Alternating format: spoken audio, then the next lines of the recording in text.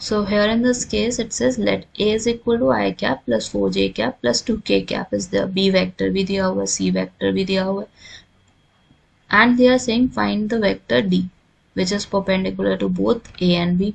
A और B के perpendicular है they are saying, and C dot D is equal to 15. A vector दिया, B vector दिया, and then C vector is there और D vector उन्होंने बोला it's perpendicular to A and B. So इसका मतलब क्या है कि A क्रॉस B के इक्विवेलेंट है और हम एक स्केलर क्वांटिटी आगे लगा देंगे लैम्डा लेट से, ठीक है। और यहाँ पे what we would be doing is we would be putting the value of A and B vector in the determinant. पहले हमें पता है कैप होता है, J कैप होता है, K कैप होता है। A vector की वैल्यू 1, 4 and 2 पुट करोगे, B की 3, -2 and 7 पुट करोगे. So you would get D vector as lambda, then expanding I की वैल्यू एक्सपैंड करोगे तो 7 into 4 is 28, 28 plus 4 हो गया, then we have is minus J cap. J cap value क्या आ जाएगी हमारी 7 minus 6 is there plus K cap is there, and then in bracket you would have K के साथ कौन सा आएगा हमारा वैल्यू, it would be 2, 1 के साथ -2 और 4 के साथ 3, it would be 12 and close the bracket. So D vector would be lambda here, then you have is 32 I cap, then you have is minus J cap, then you have is minus 14 K cap. क्या है आपके पास -14 K cap which is D vector D.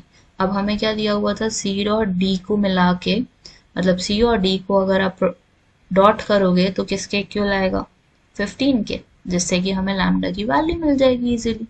So C and D dot between C and D is equals to 15.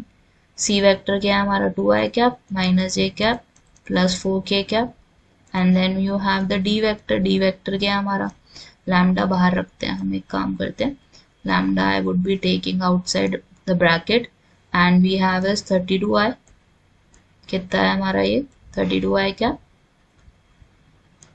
we have is 32i cap minus j cap minus 14k cap equals to 15.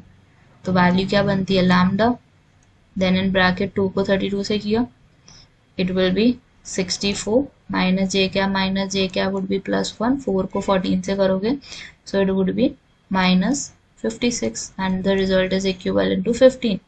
64 में से 56 गए, we have is 10, sorry it would be in total 65 में से 56 गए 9, lambda is equals to 15. So lambda की value क्या आती है 15/9 which is 5/3.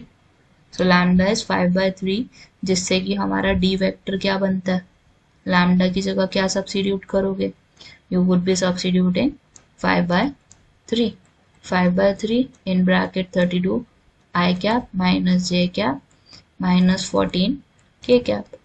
5 को 32 से किया क्या बनेगा 160 I cap, 5 को -1 से किया -5 और 5 को 14 से करोगे तो -70 k cap और 5 के साथ j cap, ठीक है.